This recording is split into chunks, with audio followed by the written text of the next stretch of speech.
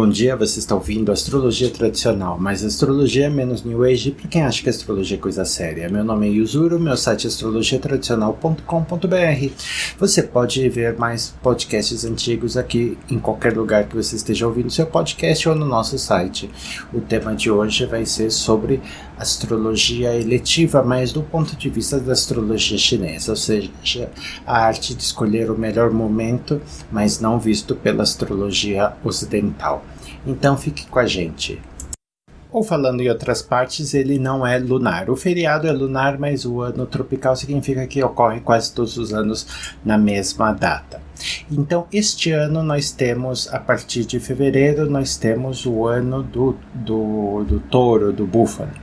E este ano do búfalo, então, ele começa levemente fora do feriado. A maioria das pessoas conhece a astrologia chinesa em seu básico. Então, por exemplo, o ano do dragão, o ano do rato, o ano do coelho, etc.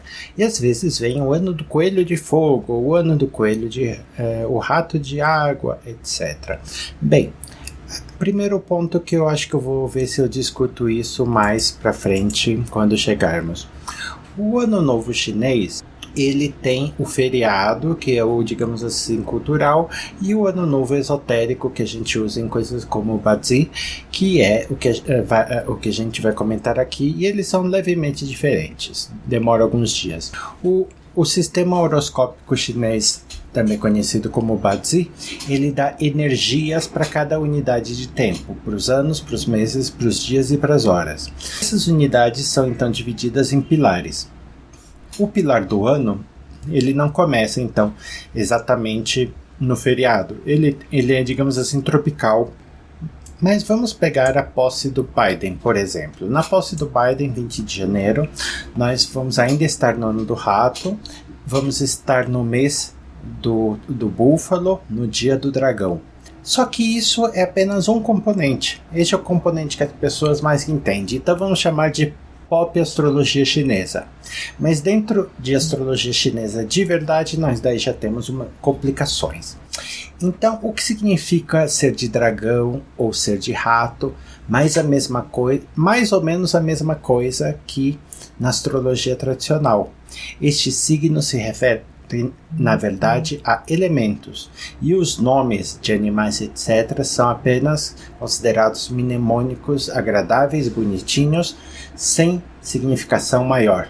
Do mesmo jeito que a maior parte, ou vamos dizer, 80, 90% de astrologia, os signos tem como característica apenas suas qualidades elementares de triplicidade e seus regentes. Então, Áries, por exemplo, tem como regente Marte e o Sol. Ele é um signo de fogo, ele é um signo cardinal ou móvel, e basicamente ele se restringe a essas qualidades.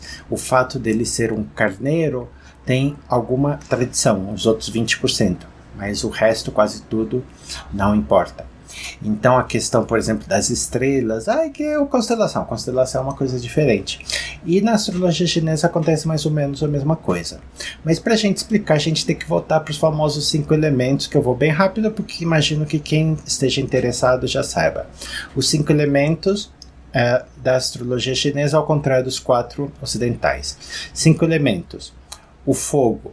O fogo gera terra, a terra gera metal, como por exemplo, mineração, a terra gera metal, o fogo gera terra como em cinzas, a terra gera metal como em mineração, o metal gera água no sentido já metafórico, de ser derretido, a água de verdade gera madeira, a madeira pode ser queimada gerando fogo. Okay? Este é o ciclo mais natural. Também tem ciclos restritivos que não precisamos discutir aqui, como por exemplo a madeira, ela destrói a terra, e outros ciclos, como por exemplo a madeira gera o fogo, então o fogo também esgota a madeira, etc. A maneira de usar isso na prática é bem restrita, não é aleatória, de você falar assim, é madeira, então está corroendo ou está destruindo a terra. Não, tem uma lógica, tem certas maneiras em que essas operações funcionam ou não. Mas isso é um pouco mais de Feng Shui. Aqui no que estamos então preparados é na questão dos pilares. Como eu falei, temos 4 pilares: o do ano, do mês, do dia e da hora. Então, por exemplo, do ano, nós estamos indo de um pilar que o povo diz que é rato metal, e depois vai para o búfalo, que o búfalo então vai ser, como se diz, vai ser búfalo de metal também, metal yin. Só que eu acabei de falar que isso não funciona, né? Em que sentido? Bem, então lembra que você tem os 5 elementos que todo mundo espera que saiba. Os 5 elementos, eles podem se dividir de 2 formas, a forma celestial e a forma terrestre. A forma celestial tem a ver com os 5 elementos em sua forma pura, yin puro e yang pura. E os 12 signos são os planetas em sua forma de estações, porque temos 12 estações no ano no sistema chinês também.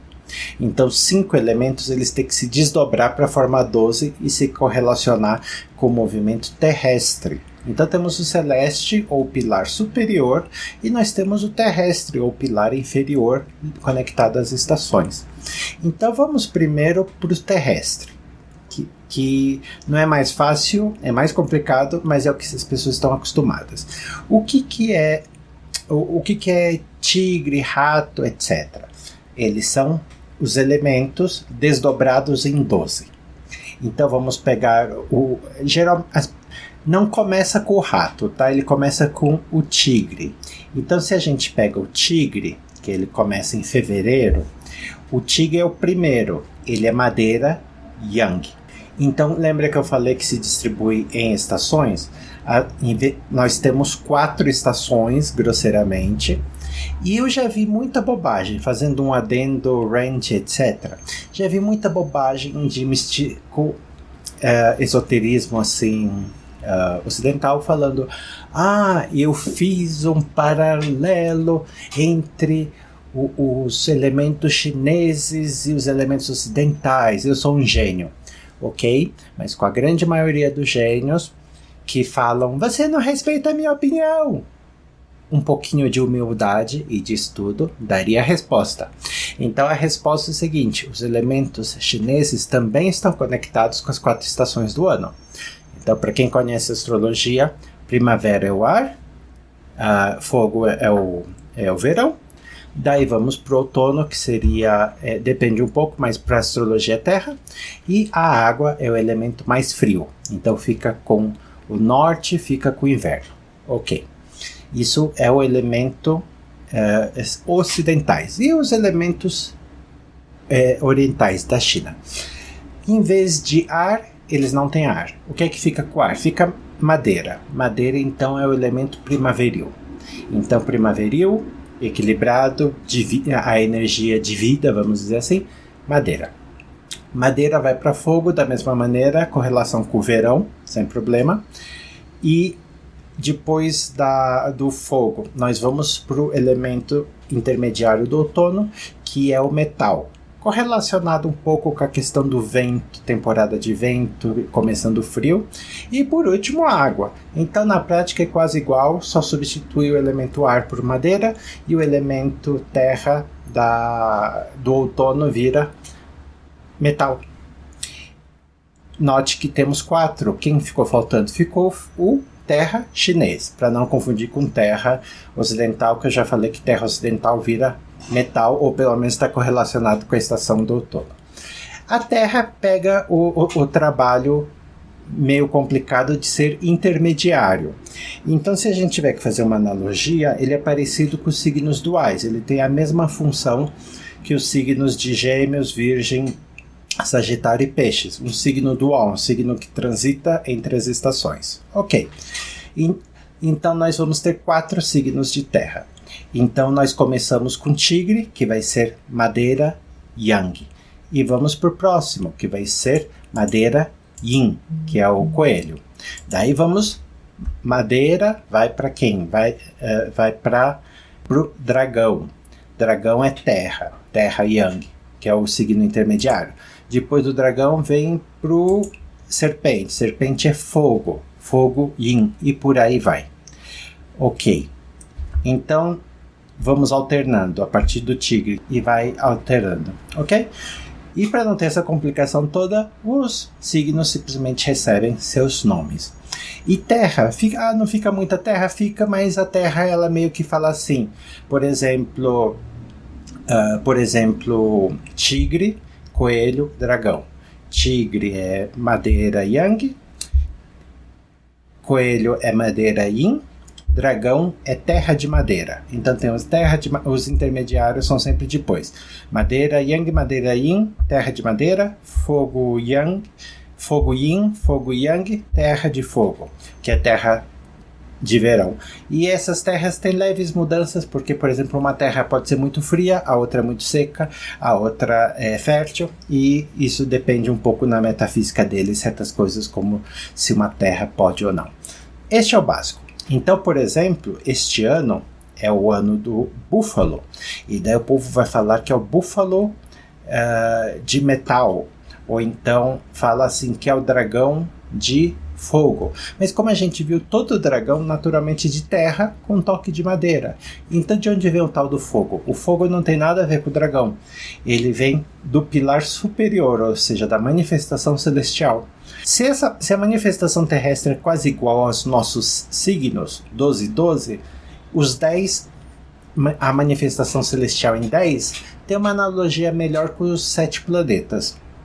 E talvez os nodos vai saber, mas com 7 planetas. Então, por quê? Porque se a gente tirar o Sol e a Lua, a gente fica com 5. E se a gente pegar uma manifestação, digamos, Yang e Yin dos 5 planetas, a gente tem mais ou menos a mesma coisa que os elementos chineses. E a gente pode ver isso até por analogia com a semana. Porque a semana em todo o Oriente, eles têm as mesmas correlações. Então, por exemplo, Júpiter, que no Ocidente, para quem acompanha nosso site, etc., sabe que o dia de Júpiter é a quinta-feira, e a sexta-feira, por exemplo, é o dia de Vênus. Então, e no Oriente? No Oriente, por exemplo, Júpiter está associado então com madeira. Então você vê que então, no kanji japonês ou chinês você vai encontrar este elemento madeira, representando significa quinta-feira. E sábado e domingo ficam com os dias que a gente... desculpe, sábado e domingo não. Sol e Lua, eles ficam com os dias que a gente sabe que são o Sol para o domingo e a Lua para a segunda-feira. E é isso. Mas, então, nós temos essas 10 energias repetindo. As energias enquanto as energias terrestres eram razoavelmente complicadas, fogo yin, ou fogo yang e fogo de terra, etc. Essas energias que, por quê? Tem que dividir em 12, se dividir em 10 é muito mais fácil, você apenas duplica. Então vamos começar com madeira, fogo, terra, madeira yang. Madeira yang é como um carvalho, ok? Um carvalho, uma árvore muito grande, muito grossa, muito antiga, com anéis, etc. Todo mundo entendeu. E madeira yin, como uma erva daninha, uma flor. Daí vamos para o fogo yang, o sol, o lindo eterno sol. Fogo yin, uma vela. Fogo, vamos para terra yang, pode até adivinhar e completar, é fácil, uma montanha. Fogo terra yin, é terra mesmo, como areia, terra de plantas. Da terra nós vamos para o metal yang.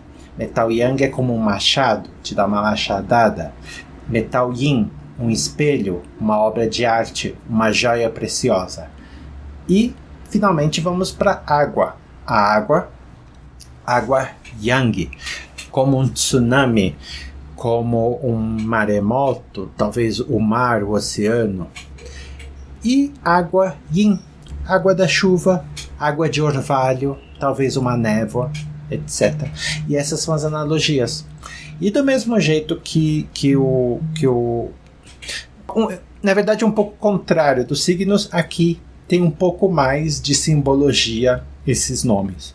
Por exemplo, em certas análises de mapa natal chinês, você sabe, por exemplo, quem aprendeu, que fogo é combatido por água, certo? Só que, por exemplo, o fogo Yang, que é o fogo do quê? É o fogo do sol. Ele não é combatido pela água Yang, que é a água do mar, a água do maremoto. Mas ele é combatido pela água Yin, que é a água de uma névoa que cobre o sol. Então, simbolicamente, essas coisas fazem sentido, ok?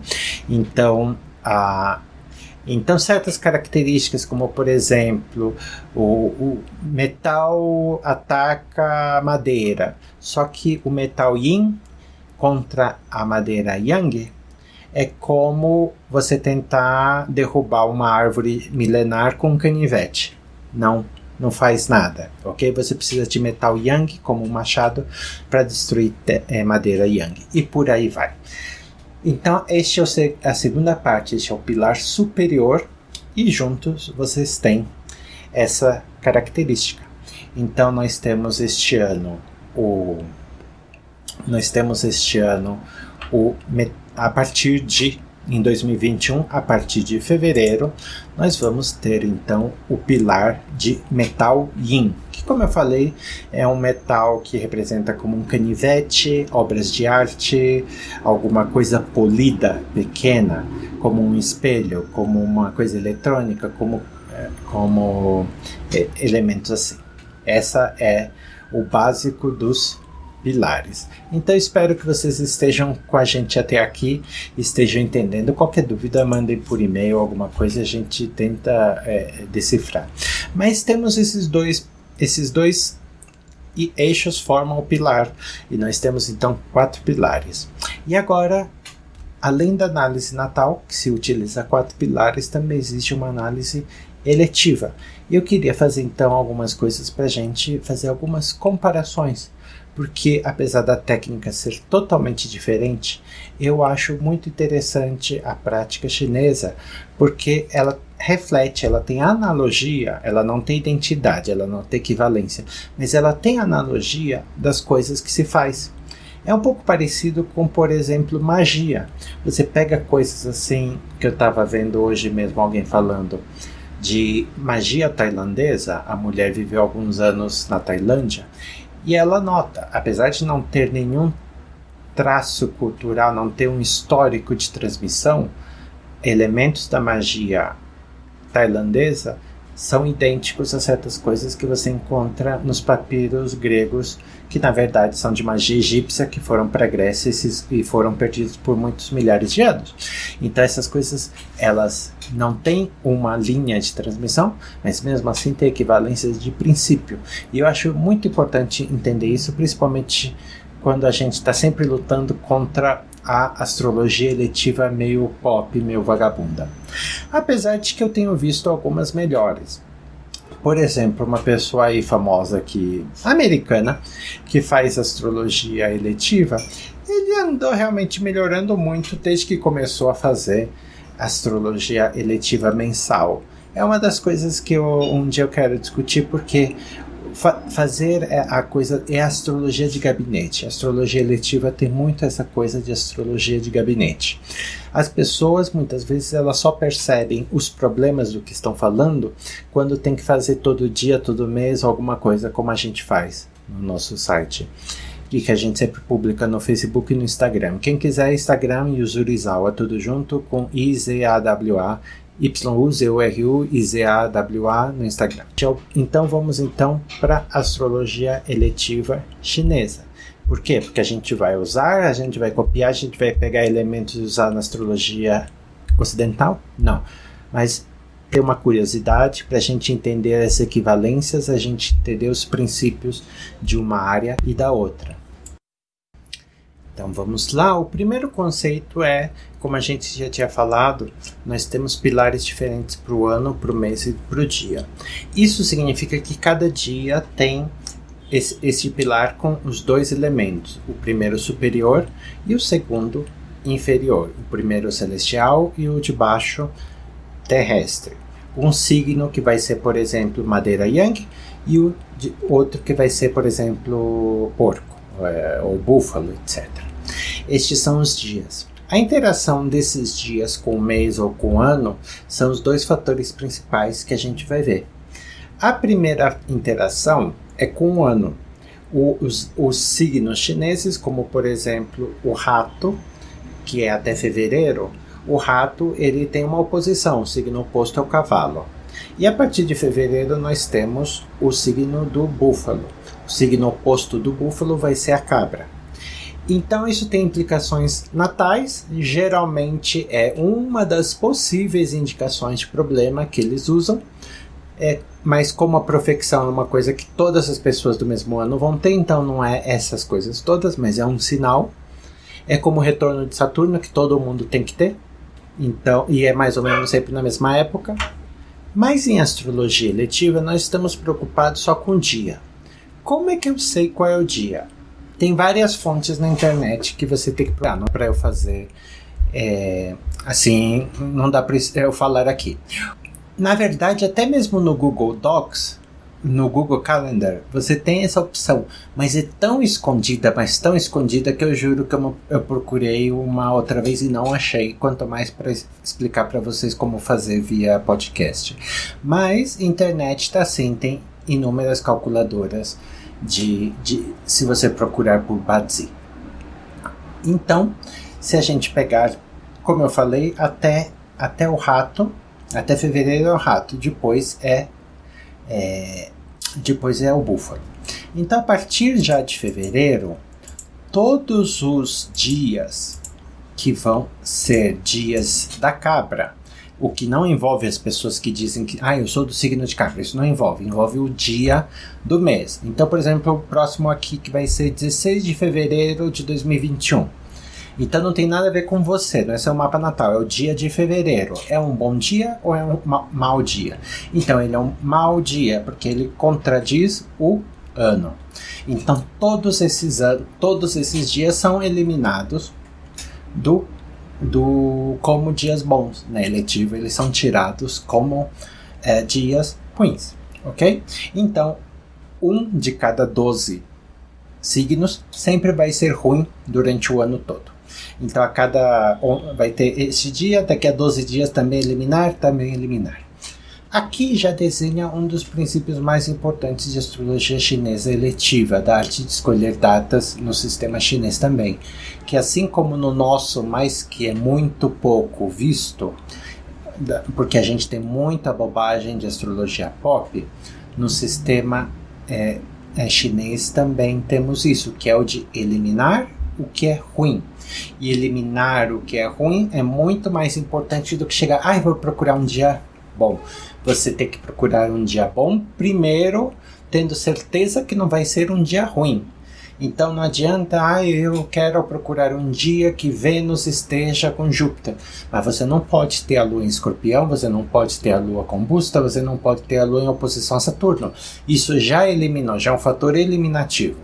Então é a mesma coisa, nós primeiro temos que tirar os dias ruins, que são fatores eliminativos. Supondo, é claro, que é uma das coisas importantes da eletiva. A eletiva é a arte da escolha. Então a gente escolhe primeiro retirando o que é ruim. Se a gente tirou o que é ruim, a gente já fez 60%, 70% ou às vezes até mais do trabalho eletivo. Ok, então este foi o nosso primeiro passo, tirar todos os signos, todos os dias que tem um signo representado pelo animal ou pelo signo oposto ao signo do ano, também chamado de Grande Duque. Então, a partir disso, o que a gente vê? A gente vê os chamados, como é que eu vou traduzir? Os postos. Mas antes dos 12 cargos, antes que eu esqueça, também você tem que tirar o oposto ao seu animal, certo? Então, por exemplo, se você é do dragão, ou seja, não estamos no ano do dragão, vamos estar no ano do búfalo. Mas se você nasceu no ano do dragão, então você tem que tirar todos os dias do cachorro. Então, que é o animal, o signo oposto. Então, aí você já perdeu outro dia. Este é a sua conexão. É praticamente a única, tem umas outras mais complexas, mas dentro do básico que a gente vai falar é o único, que é a única conexão com o mapa natal, com a data que você nasceu. Na astrologia ocidental nós também temos isso, o que é muito esquecido. É o princípio de Sal. 2 navios saindo do mesmo porto ao mesmo tempo vão ter destinos diferentes. Por quê? Por causa da realidade da situação. Um pode ter um capitão melhor do que o outro, um pode ser feito de ótima madeira e o outro está remendado e velho, e também cada um tem seu mapa.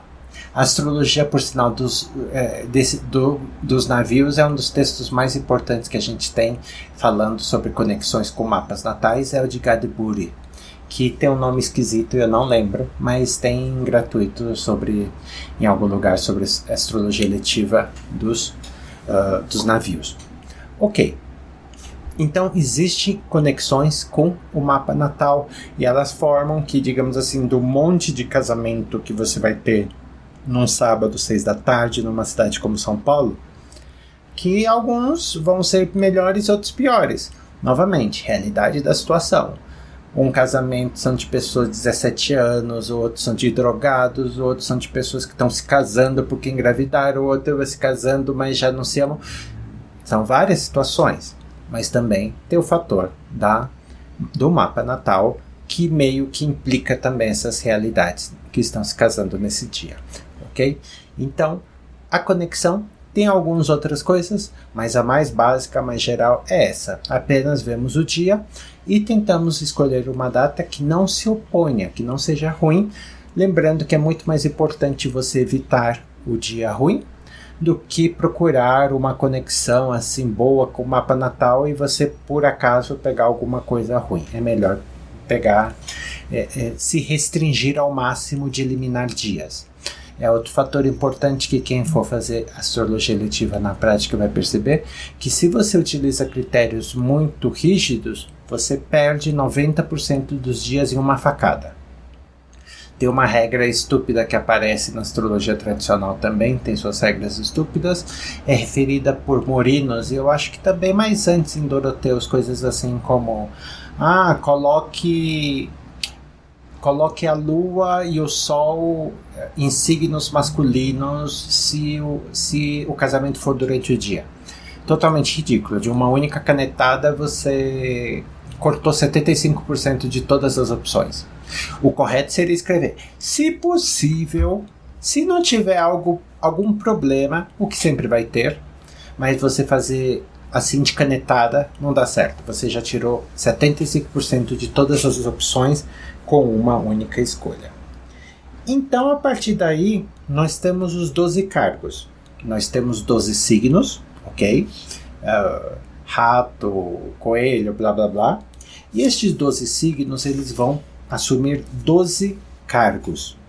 E estes cargos vão depender do mês. Então, a cada mês do ano, essa interação, então agora não com o ano, mas com o mês, e a cada mês vão interagir. Então é impossível, infelizmente, falar por um podcast ou mostrar, mas cada elemento vai assumir 12 cargos. Então, no mês, o tigre, por exemplo, em fevereiro, o tigre assume o poder ou cargo de estabelecer. Só que no outro mês de março, o tigre ele assume o poder de fechar, e no outro de abrir, e no outro de receber, e no outro de sucesso. E por aí vai. Então estes nomes são característicos, são bonitinhos, porque eles geralmente já dão a essência do período. Então os dias têm esses nomes e a maioria das associações são bem óbvias. Então nomes que têm assim como sucesso são obviamente bons. Cheio é geralmente bom, mas você tem que ter cuidado para não ficar cheio de coisas que você não quer, como cheio de dívidas.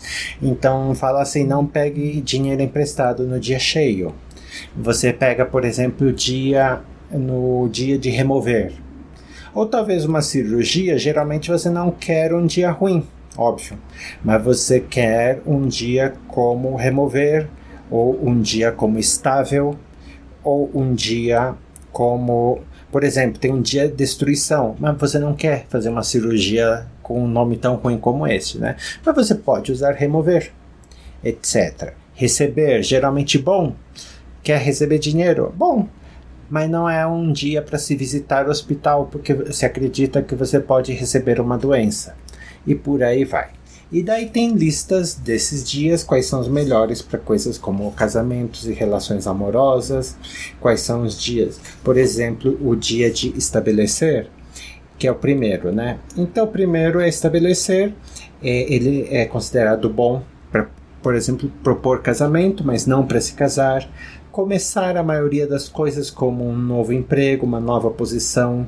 Estabelecer tem essa coisa um pouco real, tem uma coisa assim de uma visita de negócios. E o dia de remover poderia ser usado para limpar a casa, talvez começar uma dieta, uma prática espiritual. É considerado bom para procedimentos médicos que envolvam remover coisas do corpo, então pode ser usado para uma cirurgia, desde que é um fator secundário. O fator primário não pode ser um dia de quebra, não pode ser um dia em que o signo do dia está brigando com o ano, não pode ser um dia que esteja brigando com o signo natal. E essa é a ideia. Então nós temos o estabelecer, remover, o dia cheio, que naturalmente é bom para ter muitas coisas, mas você também não quer coisas ruins, mas pode ser usado para coisas como talvez um casamento, talvez uma festa, talvez coisas que você queira ganhar dinheiro, mas por exemplo você não quer o dia full, o dia cheio, para começar um litígio, um processo legal, um acordo assim. Você não quer, ou você talvez não queira começar assim um dia cheio quando você está começando um projeto que você quer se livrar dele fácil. O dia de balanço, por exemplo, é um dia de equilíbrio, só que ele não tem lá grandes coisas como cheio, mas por exemplo pode ser usado esses dias que tem de equilíbrio para aproveitar quando você é a parte mais fraca. Dia estável, eu acho que já diz aqui. O dia iniciar é bom para coisas como aceitar um trabalho, fazer um contrato, iniciar um novo projeto. Então tem uma energia que, digamos, é fácil e rápida, certo? Mas também não é considerado um dia dos melhores. Ele é mais médio. Por exemplo, o que ele não é bom aqui? Ele não é bom para ir para uma nova casa. Ele não é bom para trabalhar. Ele é para uma nova casa e para viajar. É considerado um pouco estabilidade. Os dias de destruição e dias de perigo, óbvio. Dias de sucesso é talvez o porquê esse nome, porque é considerado de mais sorte. Dia de receber, como eu já falei, você quer receber coisas, você pode, é usado para coisas como começar a escola, começar um curso. Dia de abrir, muitas atividades de abrir negócios, ser hospitaleiro. É o dia que o povo mais da China, Taiwan, um dos que mais usa para abrir os negócios depois do grande feriado. E o dia de fechar. Este então é o básico de astrologia chinesa. Tem um outro componente então que fica o componente qualitativo. Para dar uma cor, então como é que fica? Antes de falar isso, então aqui nós vemos os mesmos princípios que vamos ver em escolha de datas védica e com o sistema ocidental. Então, primeiro, você escolhe primeiro um dia para escolher depois uma hora. E isso é essencial porque eu vejo muitos absurdos do tipo: eu não gosto de Escorpião, tá ruim, vai para Sagitário, então como se todo mudasse. Não, a gente está fazendo uma escolha em camadas, e a camada superior é escolher um dia. Do mesmo jeito que a gente, quando a gente está em ocidental, a gente escolhe usando a lua, a gente primeiro escolhe usando a lua, e depois a gente tenta ver quais são os horários, como por exemplo, qual tem o melhor ascendente. Mas a gente nunca vai pegando da maneira como as pessoas O exemplo não cabe aqui, mas tem um astrólogo védico que fala, que é americano, então fala coisas absurdas às vezes. Então ele fala tudo certinho até o ponto que daí vem a americanidade, né? Então ele está ensinando a Panchanga, que é o sistema védico, e daí tá tudo certinho. Você escolhe uma Tithi, escolhe uma Nakshatra, escolhe a Tarabala, etc. E daí, depois que tá tudo isso, que é o sistema de basicamente, você tem um mês. Vou escolher os 10 melhores dias do mês, que são as Tithis. Daí eu vou escolher desses, daí vou selecionar pela Tara quais são os melhores. A partir desses eu vou pegar Nakshatra para ver uma Nakshatra que seja qualitativa. Daí ele fala, mas você nunca escolha o dia e hora que Júpiter está em Leão. Júpiter está em Leão um ano inteiro. Você não pode pegar Vênus em Leão. Vênus vai estar quase um mês inteiro. Como é que você escolheu a Tithi e etc. Se este fator mensal você de repente tirar do chapéu? Não dá. Então essas coisas têm uma ordem. E você escolhe então em prioridades. Primeiro evitar o que é ruim, depois tentar do que é bom selecionar os melhores. Então agora já nessa etapa que estamos, o que é que nós vamos fazer? Ou que teríamos feito, né? Primeiro tiramos os signos que brigam com o ano. Segundo, tiramos os dias que brigam com o mapa natal. Por exemplo, o signo de cachorro que briga com o mapa natal que tem o dragão. A partir daí, nós tiramos os mais ruins, que é como destruição e perigo, que na verdade também são aqui um segredo, são os que estão brigando com o mês. E daí nós pegamos as coisas que são melhores dentro do que está disposto. Então, por exemplo, talvez nós não podemos pegar sábado e domingo em geral. Ou às vezes se é um casamento, a noiva só quer um sábado. Então dentro do possível escolhemos coisas como temos um sábado que é cheio, temos outro sábado que é destruição, já tiramos, temos outro sábado que é receber, e o último é iniciar. Qual desses é melhor? Vamos pegar o cheio, por exemplo.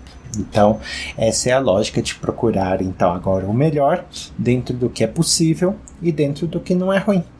E este é o básico. O resto tem um monte de sutilezas que totalmente acho que não vale a pena para quem está tentando entender. E um último fator qualitativo que é só uma curiosidade porque se conecta com a astrologia ocidental e védica. Nós temos uma coisa chamada mansões lunares. As mansões lunares têm origem desconhecida, mas apesar de alguns puxarem a sardinha para a Índia, etc.